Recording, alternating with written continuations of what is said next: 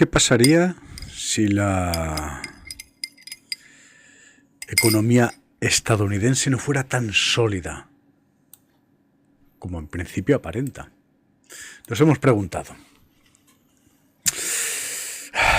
Bueno, al examinar los datos que los grandes medios de comunicación suelen omitir o minimizar, detrás del crecimiento del PIB, de los mercados bursátiles en máximos históricos y de la narrativa del aterrizaje suave, esta es la imagen que proyectan. Se esconden algunos problemas estructurales, de considerable profundidad.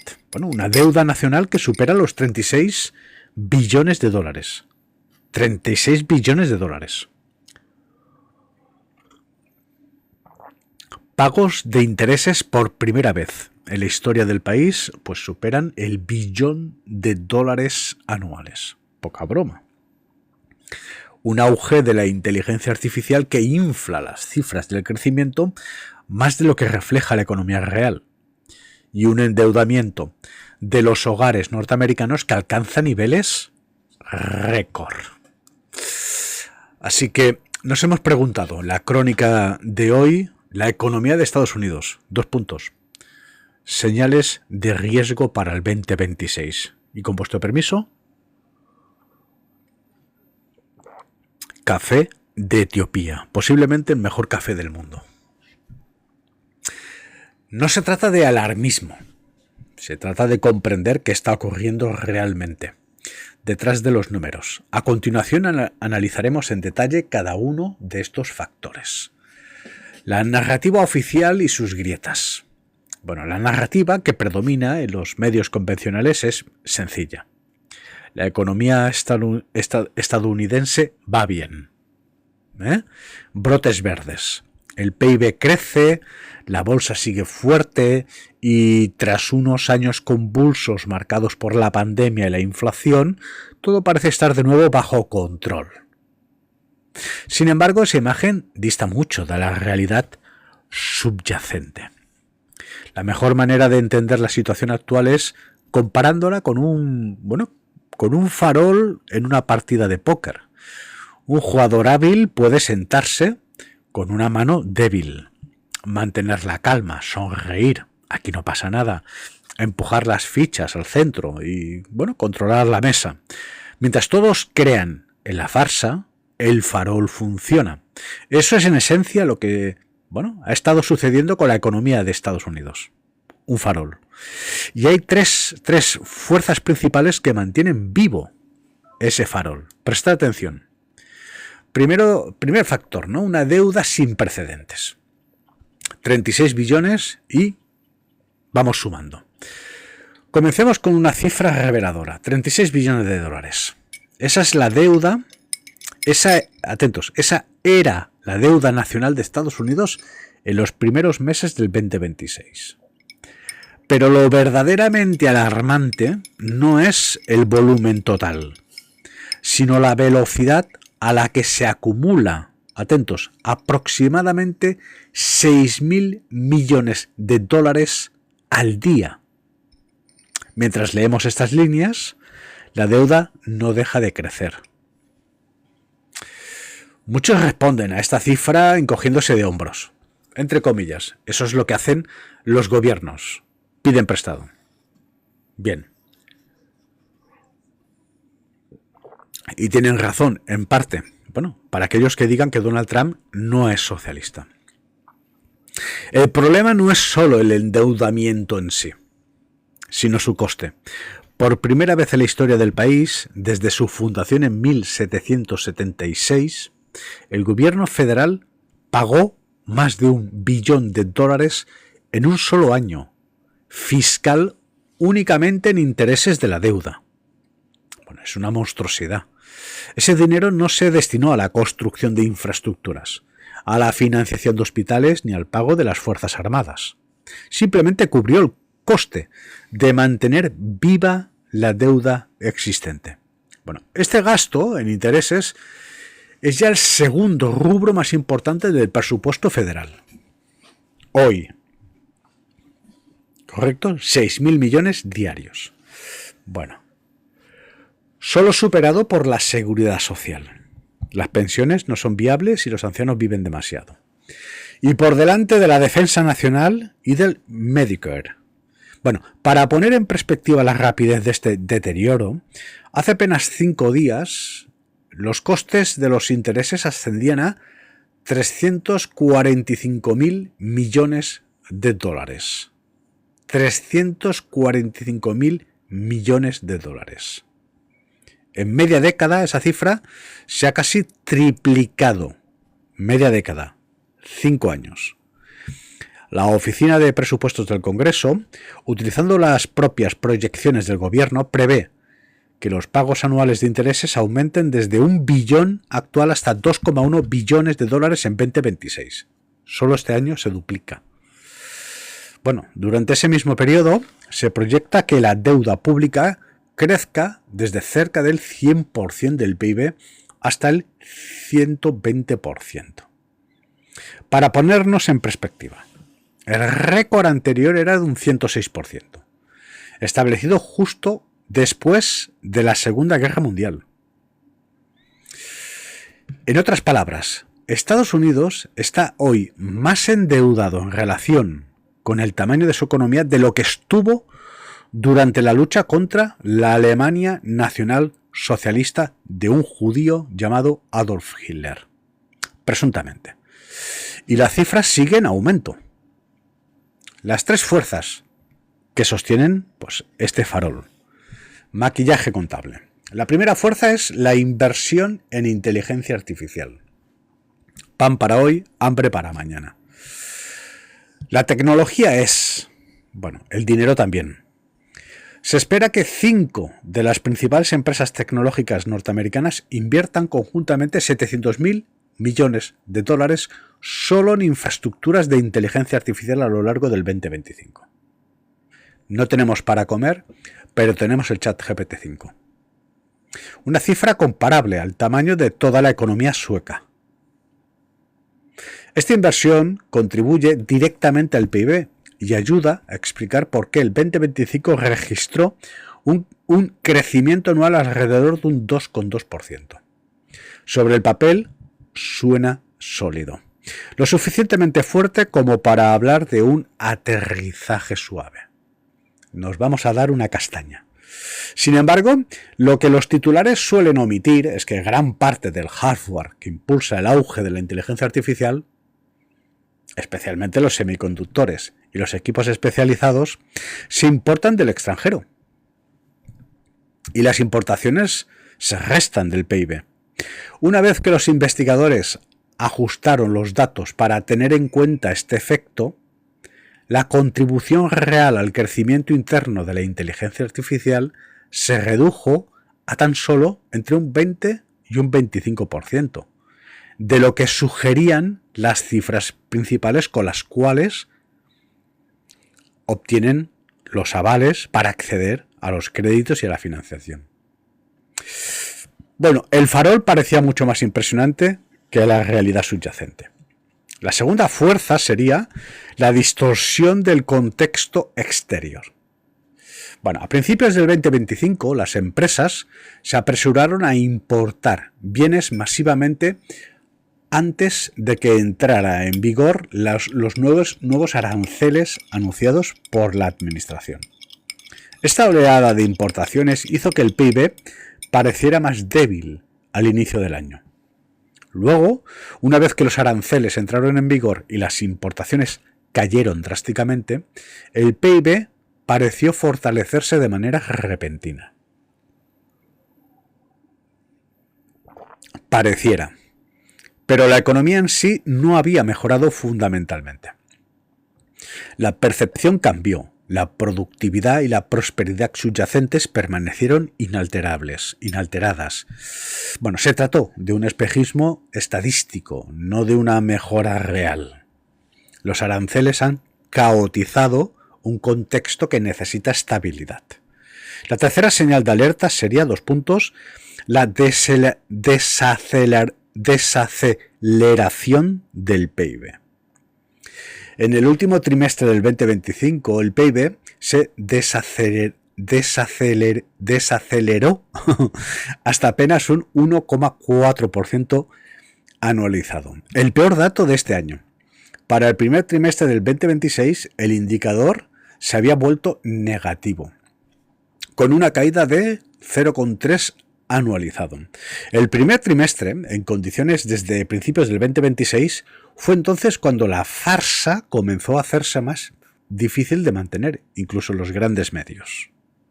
La deuda de los hogares, atentos, se masca la tragedia.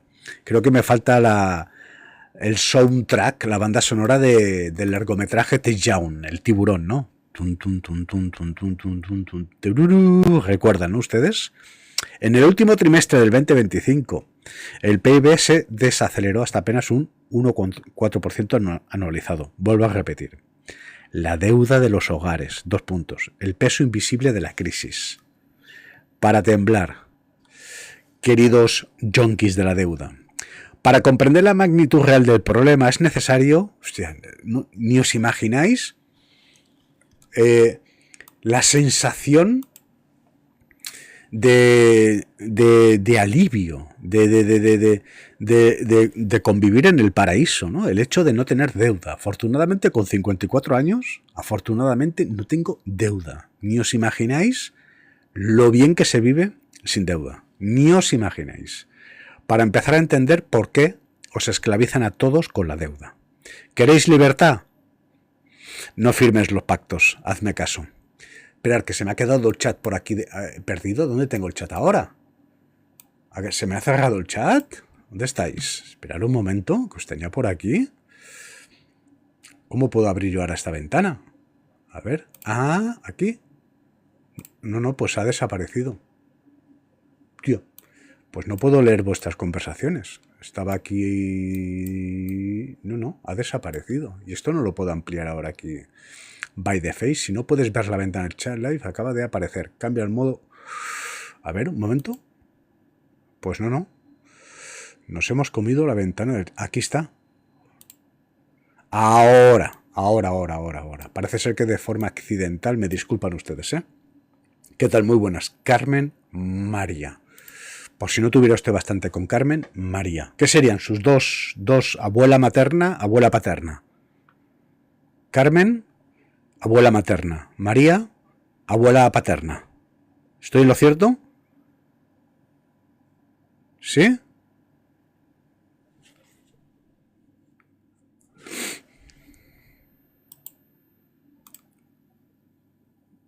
Estoy a ver si me responde la señorita Carmen María. Qué nombre tan bonito. Hola, buenas, dice. Correcto. Madre y abuela. Acerté. Abuela. Bueno. En mi casa éramos 5 Josés. Abuelo José, abuela Josefa, padre José, madre Josefa, y aquí me tiene usted. Otro José. Así que me conozco la España de la transición, me la conozco bien. Pues un abrazo muy fuerte, Carmen, ¿eh? Bueno, como digo, no nos despistemos. Tengo unas ganas de acabar la jornada hoy. Tercera señal, ¿eh? Estábamos hablando de la deuda de los hogares. El peso invisible de la crisis. Para comprender la magnitud real del problema es necesario alejarse de los titulares macroeconómicos y observar a qué se enfrenta la ciudadanía común. Eso somos nosotros, el GOI. En el cuarto trimestre del 2025, la deuda total de los hogares norteamericanos alcanzó los 18,8 billones de dólares. Otro récord histórico. Los saldos de las tarjetas de crédito llegaron a 1,277 billones de dólares. Oye, ¿dónde está el Great Reset? Lo del grafeno lo sabemos, pero el Great Reset, ¿dónde lo tenemos? Porque el rumbo a peor es constante, ¿no? En los últimos 5 años. Yo estoy esperando un Great Reset. Repito estas cifras. En el cuarto trimestre del 2025, la deuda total de los hogares norteamericanos alcanzó los 18,8 billones de dólares. Otro récord histórico. Los saldos de las tarjetas de crédito llegaron al 1,277 billones de dólares. El nivel más alto registrado por la Reserva Federal de Nueva York. Carmen María, usted debe ser algo mayor, con el debido respeto, que yo. 54, usted tendrá 56 años. ¿Estoy en lo correcto? No descarto abrir un perfil y tirar las cartas, ¿eh? No descarto. La evidencia no la descarto. Estoy atento a tu respuesta, Carmen. Bueno, alcanzó los 18,8 billones de dólares, otro récord histórico. Los saldos de las tarjetas de crédito llegaron a 1,277 billones de dólares, el nivel más alto registrado por la Reserva Federal de Nueva York desde que comenzó a recopilar estos datos en 1999. 666. Desde el primer trimestre del 2021, 55, he fallado por un año. Entre medios, yo estoy en 54, he situado esta apuesta sobre la mesa. 56, me quedé en medio, 55. Pues un abrazo muy fuerte, Carmen. Billones de dólares. El nivel más alto registrado por la Reserva Federal de Nueva York desde que comenzó a recopilar estos datos en 1999.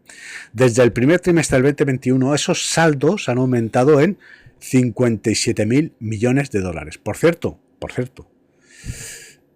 tenéis la opción, que sepan ustedes, voy a compartir aquí en el espacio del chat, porque tienen ustedes la opción de inscribirse a nuestro nuevo grupo aquí en Telegram. De momento somos pocos, creo que 8 personas, pero estáis invitados, es automático y gratuito. Y de este modo pues estáis informados a tiempo real, recibís la notificación del trabajo que vamos compartiendo con vosotros. Voy a ver si puedo anclar este comentario. ¡Pam! Anclado está, ¿de acuerdo? Este es el grupo oficial del MV Metaverso, Movimiento Victoria. Y bueno, pues sois invitados y bienvenidos. Vale. Voy a volver porque es que tengo la señora Carmen María, que yo creo que ha confundido esta aplicación con Tinder. Creo que ha confundido esta aplicación con Tinder, ¿no? Ya me está dando, me está dando hasta el PIN de la tarjeta de crédito. Octubre 56. O sea, 56 son los dos últimos números del PIN de la tarjeta de crédito. Me los está dando. Entonces, vamos a centrarnos, Carmen María. Por favor, siéntese usted al fondo del aula. Y el próximo toque de atención, vamos directos al director, Carmen María. Voy a volver a leer este párrafo que es importante. La deuda de los hogares, el peso invisible de la crisis. Para comprender la magnitud real del problema es necesario alejarse de los titulares macroeconómicos y observar a qué se enfrenta la ciudadanía común, nosotros, el GOI. En el cuarto trimestre del 2025, la deuda total de los hogares norteamericanos alcanzó los 18,8 billones de dólares, otro récord histórico. Los saldos de las tarjetas de crédito llegaron a 1,277 billones de dólares, los socialistas de aquí. Sin parar, ¡pum! El nivel más alto registrado por la Reserva Federal de Nueva York desde que comenzó a recopilar estos datos en 1999. Hostia, me sorprende esta cifra, ¿no? Por cierto, para redactar el artículo he utilizado inteligencia artificial para conseguir los datos y este tipo de cuestiones, ¿de acuerdo? Bueno, desde el primer trimestre del 2021 esos saldos han aumentado en 57.000 millones de dólares. Los hogares norteamericanos están muy endeudados. Buenas tardes, todo por amor. Estoy atento a vuestros comentarios y a vuestras sugerencias. Pero lo más revelador no es solo la cantidad de deuda, sino su origen. Aproximadamente el 55% de los norteamericanos con deuda de tarjetas de crédito rotativas las utilizan para cubrir gastos esenciales, como son alimentos, servicios básicos y otros gastos del hogar, socialistas para ir a un burdel o comprar un gramo de farlopa, pagando un tipo de interés anual alrededor del 22,3%. En términos prácticos, si alguien compra $50 en comestibles con la tarjeta y solo realiza los pagos mínimos, esa compra puede terminar costando más de $60 un año después. Atentos. El titular medio de una tarjeta con saldo pendiente debe actualmente cerca de $8.000. Yo creo que merece la pena. Merece la pena, digamos, el señalar. Es decir, nosotros somos provincia. Estamos focalizando en Estados Unidos. Es decir, nosotros. Porque nosotros no tenemos soberanía, somos provincia. Es decir, que cuando hablamos de Estados Unidos estamos hablando de nosotros. Andrew Hauser, cofundador de Archive, lo describió como una frase que queda grabada. Para una gran parte del país, la clasificación financiera se ha convertido en algo cotidiano. La gente prioriza sus facturas de la misma manera que el personal de urgencias prioriza a los pacientes, según la gravedad inmediata. Vamos, una mano delante, la otra detrás. Tiempo de rojos, hambre y piojos. No según un plan a largo plazo. Luego está la deuda estudiantil, donde una sola cifra lo dice casi todo. La tasa de morosidad, por ejemplo, me disculpan, se ha quedado aquí el chat. Bravo, así es. Aladino. ¿El qué? Ahora me he perdido. Ah, el comentario anterior. Vale. Bueno, no lo sé, no sé si así es. Yo no lo sé. La verdad absoluta no la tengo.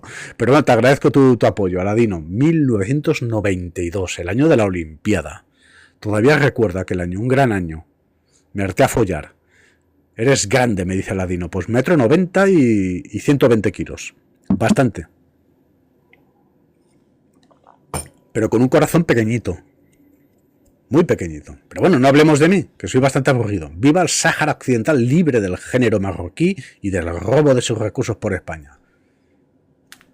Que viva. Análisis de gran calidad, los suyos, don José Antonio. Todo por amor. He descubierto las Américas. La inteligencia artificial me lo corrige todo y da la sensación de que está todo muy bien escrito. Así que es de agradecer. Me agiliza muchísimo y puedo, bueno, he aumentado el ritmo de producción. Por cierto, en YouTube están gustando muchísimo este tipo de crónicas de una muerte anunciada. Así que muchísimas gracias. Bueno, luego está la deuda estudiantil, atentos, donde una sola cifra lo dice casi todo. La tasa de morosidad grave, pagos con al menos 90 días de enero, era del 0,7% a finales del 2024. Un año después, a finales del 2025, se había disparado hasta 16,19%, un aumento de 23 veces en tan solo 12 meses. Es una salvajada. Impulsado principalmente por la expiración de las protecciones de pagos instauradas durante la pandemia. En España no tenemos problemas porque de estudiar estudiamos poco. A principios de 2026, a tenor, por ejemplo, de profesores ilustres de la Complutense como don Pablo Iglesias. Pero no el histórico, la copia del AliExpress. A principales del 2026, aproximadamente 1 de cada 4 estudiantes prestatarios de préstamos estudiantiles estaban en mora. Pero no de Marruecos, en mora, de no don't pay in full, no hay cash, don't have money, cerca del triple de la tasa anterior a la pandemia. We have no enemies, amigos. El mercado laboral estancado. No en expansión, además un estancamiento crónico. Se supone que el mercado laboral es el pilar que permite a las personas gestionar sus deudas y progresar. Sin embargo, no nos tiramos al monte. La realidad del empleo es mucho más frágil de lo que sugieren los titulares. Y estamos esperando los datos post invasión de Irán. Bueno, invasión de Irán, ataque preventivo a Irán. En febrero del 2026 la economía perdió unos 92.000 puestos de trabajo, pese a que las previsiones apuntaban una creación neta de 59.000. El crecimiento del empleo ha sido negativo en 5 de los últimos 9 meses. La tasa de desempleo subió un 4,5% y ha mantenido una tendencia sostenida a la alza, a pesar de que los esclavistas, es decir, la comunidad judía, afirmen que la inteligencia artificial nos va a quitar el trabajo, presuntamente. Goldman Sachs prevé que el crecimiento económico de la segunda mitad del año se desacelere hasta situarse en un 1,25, un 1,75%, lo que sus economistas denominan, entre comillas, velocidad de estancamiento. La economía sigue en marcha, pero un golpe inesperado podría provocar un desplome generalizado. ¡Pum! Y ya estamos en Irán. Entre los jóvenes de 16 a 24 años, el desempleo se ha mantenido por encima de un 10% durante 6 meses consecutivos. Por su parte, los pequeños empresarios que sostienen las economías de miles de municipios han informado de que sus expectativas de crecimiento de ingresos han caído al nivel más bajo desde 2020 y sus planes de contratación han alcanzado mínimos de varios años. El viejo orden, los municipios, que vivan los pueblos y las pedanías, que son viables. Aquí lo que no es viable son los reinos de taifas y el Parlamento español. Pero nuestros municipios son viables. Nos fusilan por respirar. Van sobrados. Van muy sobrados. Que si el impuesto por la automoción, que si el impuesto de la basura, que si el impuesto ambiental del no sé qué. Los municipios son viables. En Estados Unidos también. El mercado laboral presenta lo que demuestra que las cosas pequeñas, el microcosmos, es lo que funciona. Lo que no funciona es lo grandilocuente. Novus ordus seculorum. Esto no funciona. Internacional socialista. Esto no funciona.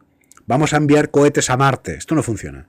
Lo que funciona es vamos a pisar con los pies sobre el suelo y nuestros ayuntamientos todos funcionan. Lo digo porque de gobernar a España, pues vamos a cerrar unos cuantos parlamentos autonómicos. Pero no como lo anunciaba este, digamos, nacional comunista llamado Santiago Abascal, ¿no? Que él afirmaba que cerraría los parlamentos autonómicos y al final, ahí lo tienen, descorchando champán. Aquí somos cristianos, somos personas de palabra. Los parlamentos autonómicos deben ser cerrados. De lo contrario, España no es viable. Me disculpan el paréntesis. Pero los pueblos funcionan. El mercado laboral presenta además, bueno, esto ya lo hemos leído, ¿no? La economía en forma de K. Atentos, nivel experto, esto es nivel pro. Existe otra realidad que casi nadie en los medios convencionales se atreve a mencionar. Abiertamente. Esta economía funciona extraordinariamente bien para un grupo reducido de personas, mientras que silenciosamente aplasta a todo el mundo. Los investigadores de la Reserva Federal de Nueva York han denominado este fenómeno economía en forma de K, 2%, y todos rezan en el Muro de los Lamentos. Digamos el West Side de Nueva York, donde está Woody Allen. Y la descripción es acertada. La parte superior de la K asciende mientras que la inferior desciende. Es la misma economía, pero los resultados son completamente diferentes, según desde donde se observe. Los estadounidenses más adinerados pasaron 2025 viendo cómo aumentaba el valor de su vivienda y crecía sus carteras de inversión. Mark Sandy de Moody's Analytics lo resumió sin rodeos. A los hogares acomodados les va de maravilla. Y en consecuencia gastan con soltura. Todos los que se encuentran por debajo de ese nivel viven en un país diferente. ¿De acuerdo? Es decir, semitas y gentiles. Los hogares de ingresos medios y bajos acumulan deudas récord con tasas de interés récord. Se preocupan por la estabilidad laboral y utilizan tarjetas de crédito para poder pagar la comida. David Schneider, planificador financiero certificado y presidente de Schneider Wealth Strategy, advirtió en 2026 podría ser el momento en que los hogares exhaustos por años de inflación y endeudamiento creciente finalmente lleguen a su límite. Esa presión ya es visible en el mercado inmobiliario. Desde 2020, los precios de la vivienda a nivel nacional han aumentado un 50%, mientras que los ingresos solo han crecido un 29%, disculparme. Esa diferencia de 21 puntos porcentuales resume la crisis de asequibilidad, con tasas hipotecarias que rondan el 6,3, el 6,5%. Bueno, pues una hipoteca de $400.000, casoplón Pablo Iglesias, vamos a imaginar, ¿no? Pues cuesta unos $2.500 mensuales. En fin, frente a los aproximadamente $2.000 que habría costado la tasa con una tasa del 3% disponible en 2021. Es decir, que del 2021 al 2025, una hipoteca de 400.000 euros se ha aumentado, pasa de 2.000 euros mensuales a 2.500 euros mensuales. ¿Me estoy explicando? ¿Sí? Pater, al fondo del aula. ¿Qué tal? ¿Cómo tenemos aquí el espacio del chat? Con vuestro permiso. Que luego me envían un mensaje en privado, José Antonio, que no me lee los mensajes. Bueno. Santiago Bagascal, exacto, el filotarra. Money for nothing. Todo por amor, dice, subnormal, que tiene que ver este live con Abascal. Pues muchísimo, porque somos anticomunistas. Panther, ¿cómo que qué tiene que ver? Yo a Santiago Abascal lo quiero dejar sin trabajo. Porque no hay peor comunista que aquel que no se ha leído el Das Capital y que ni tan siquiera tiene la oportunidad de saber que está votando el Partido Comunista de España. Es decir, Vox.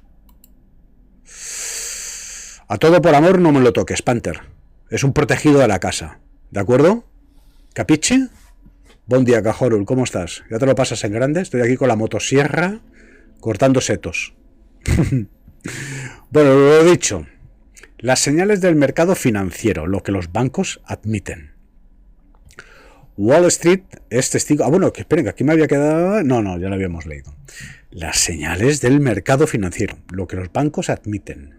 Wall Street es testigo de todo esto y, por una vez, los grandes bancos están siendo más sinceros de lo habitual. Moody's Analytics dispone de un modelo de aprendizaje automático...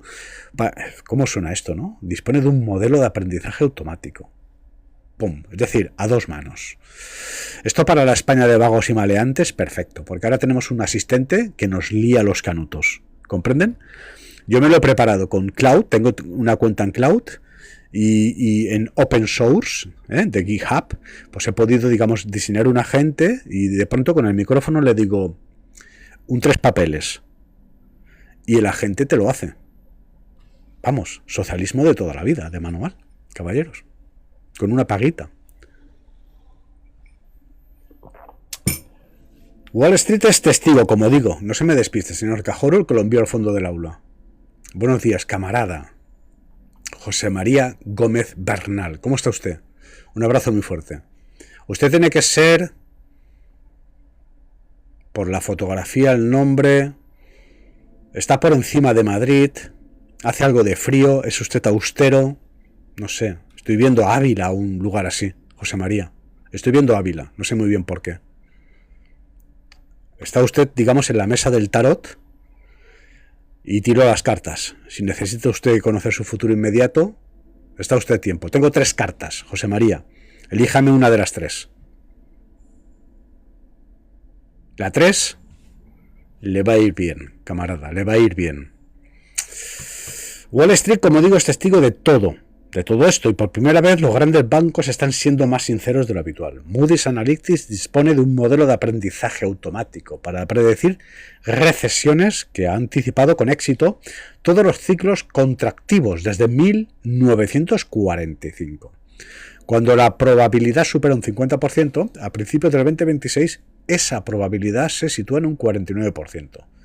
JP Morgan estimó la probabilidad de recesión en un 35%. Nos acercamos.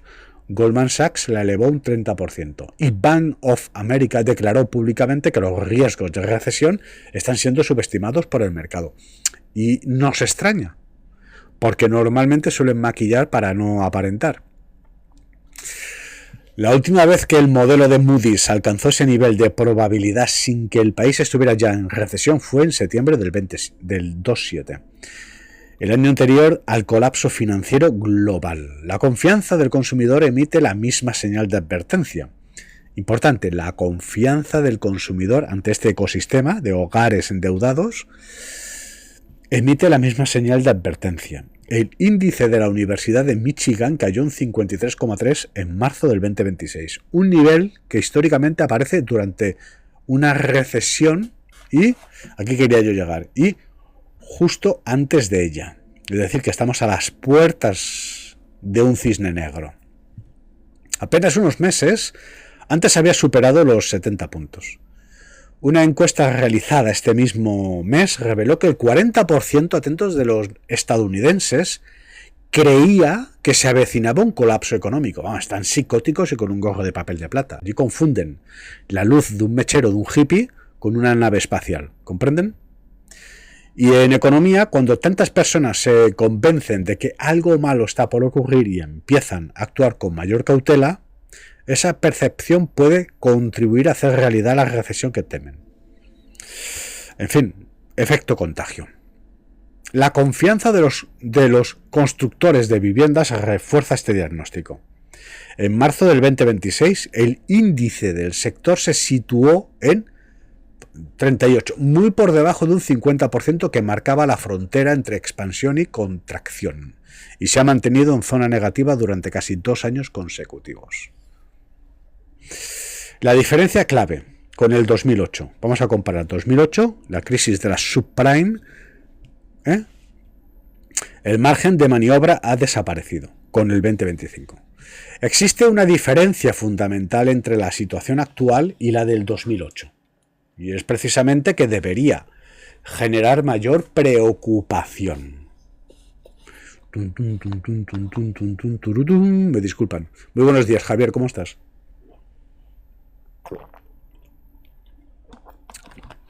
Tú como en casa. ¿Quieres un café? De Etiopía. Buenísimo. Y a muy buen precio, además. Cuando el sistema financiero colapsó hace 16 años, ¿cómo pasa el tiempo, hijos? 16 años ha pasado ya de la crisis del 2008. ¿Cómo pasa el tiempo, hijos? Por amor de Dios. Seremos eternos. Cajorul, seremos eternos. Cuando el sistema financiero, como digo, no me despisten, colapsó hace 16 años, el gobierno federal aún contaba con suficiente capacidad de endeudamiento para responder con contundencia. Los niveles de deuda eran más bajos y los costes de los intereses eran lo suficientemente manejables como para permitir un rescate de gran envergadura. Hoy ese margen de maniobra pues, ha desaparecido prácticamente por completo.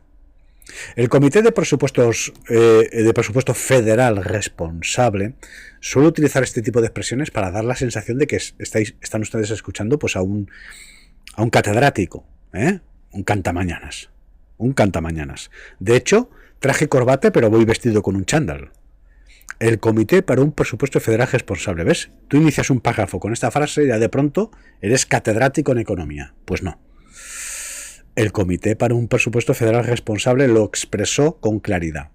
Es casi seguro que el país afrontará la próxima gran crisis con una deuda sin precedentes. Y lo estamos percibiendo. Lo que podría limitar no tan solo la deuda, sino el exponencial de crecimiento. 6.000 millones diarios. Poca broma.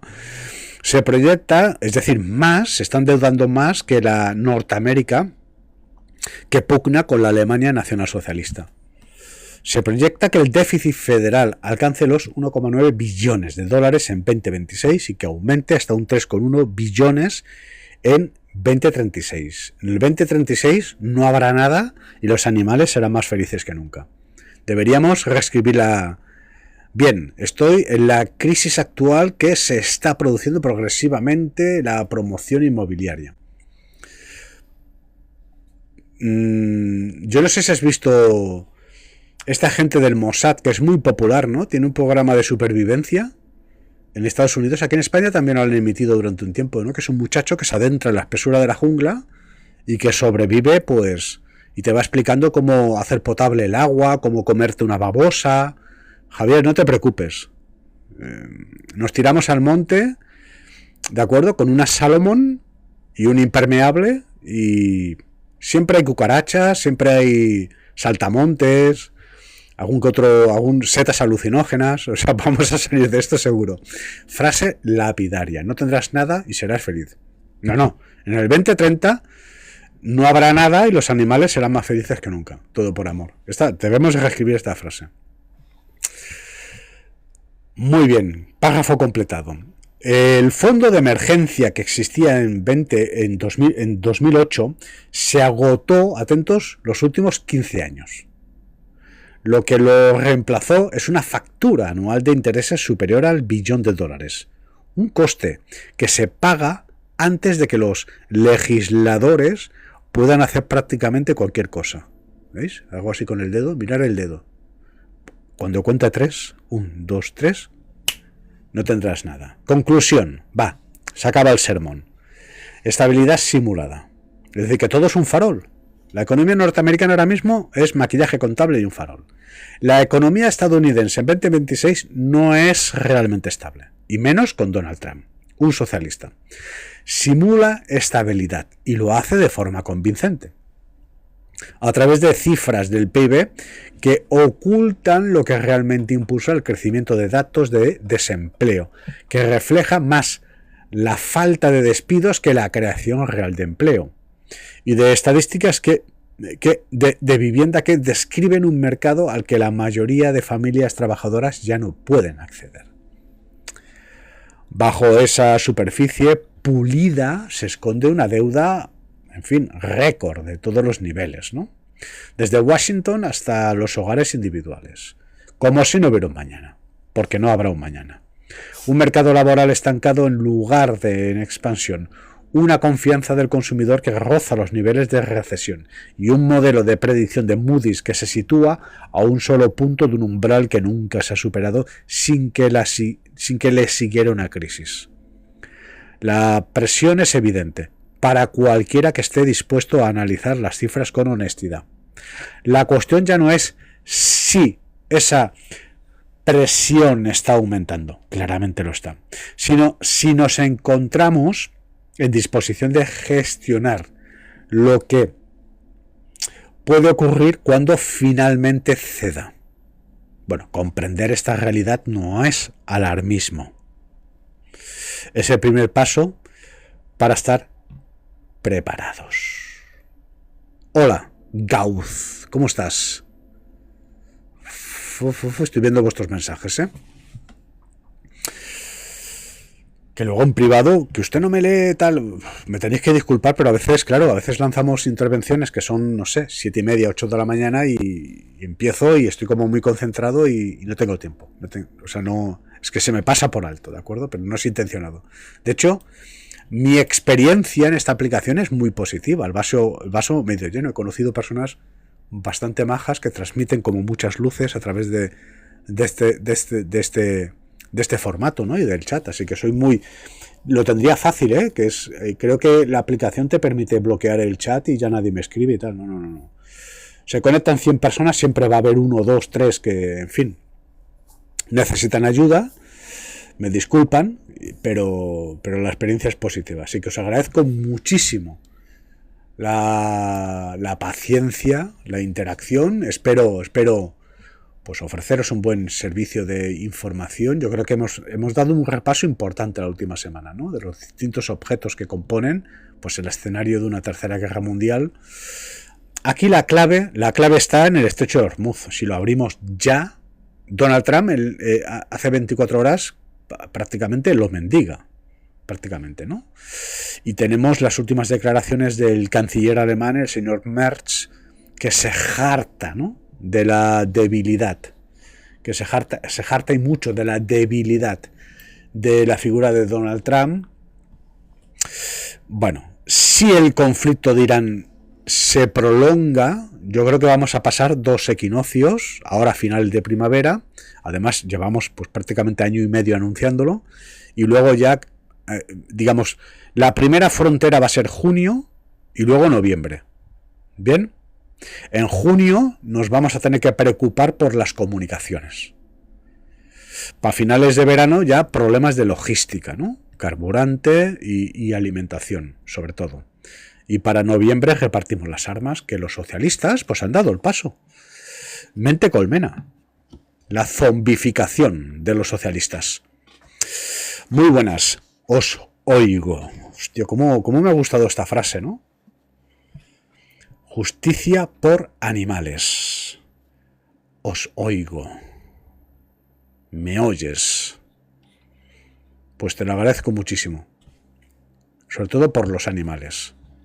Desde la sede, yo ahora tengo la mía, la tengo malita, porque ayer pisó una espina de un rosal y no se le ocurre otra que devorarse prácticamente media pierna para sacarse la espina, y se ha levantado toda la tapa del pie. Bueno, la hemos curado con su pomadita, tal, se queja, y además le he podido comprar, por cierto, gracias a vuestros donativos, pues como un zapato protector, pues relativamente económico, son 7 euros, y el animal ahora se siente protagonista.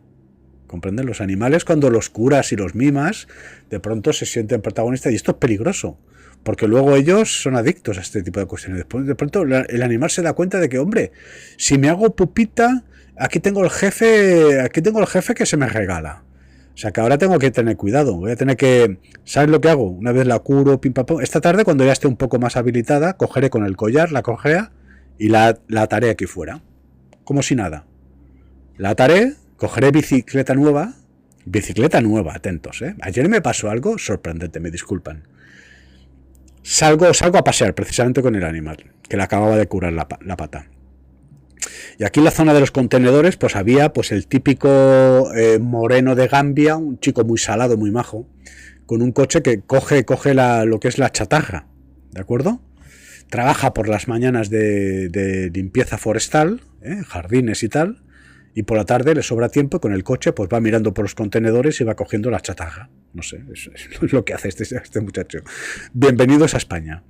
La cuestión es de que el personaje llevaba una bicicleta en el coche, en la parte de atrás.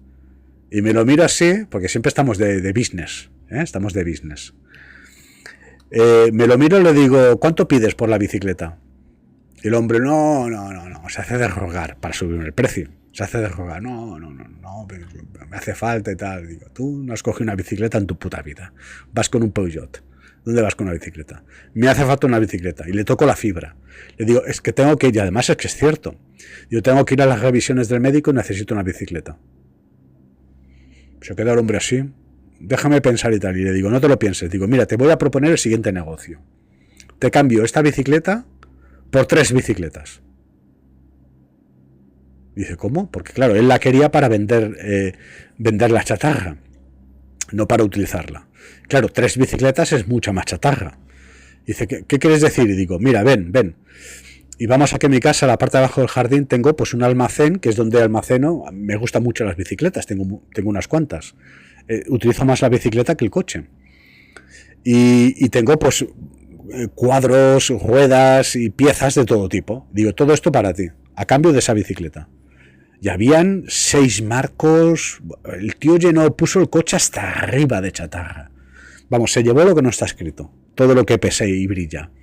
Y el tío me abrazaba contento. Hostia, nunca me había pasado, dice, desde que recojo chatarra, nunca nadie me había dado tanto aluminio, me decía, aluminio, hacía así, cuando decía aluminio se le iluminaban los ojos al muchacho. Y digo, pues nada, le agradecí, mira, me has hecho el favor. Así que tengo bicicleta nueva, es de estas viejas, pero de buena calidad, porque la tenían aparcada en exterior y no ha cogido nada de óxido, es de buena calidad, de buenos materiales. Le tengo que apretar los frenos, que lo voy a hacer, y esta tarde voy a coger la bicicleta nueva, así que... Mira, me voy a dar un homenaje yo por España, hijos, que qué maravilla de país, qué suerte tenemos en primavera. Con las alergias, ahí estoy, empalmadísimo. Osi ha compartido el directo. Hostia, ¿qué te gusta sufrir, Osi? Vas a perder los amigos. Hay que sacarla espina.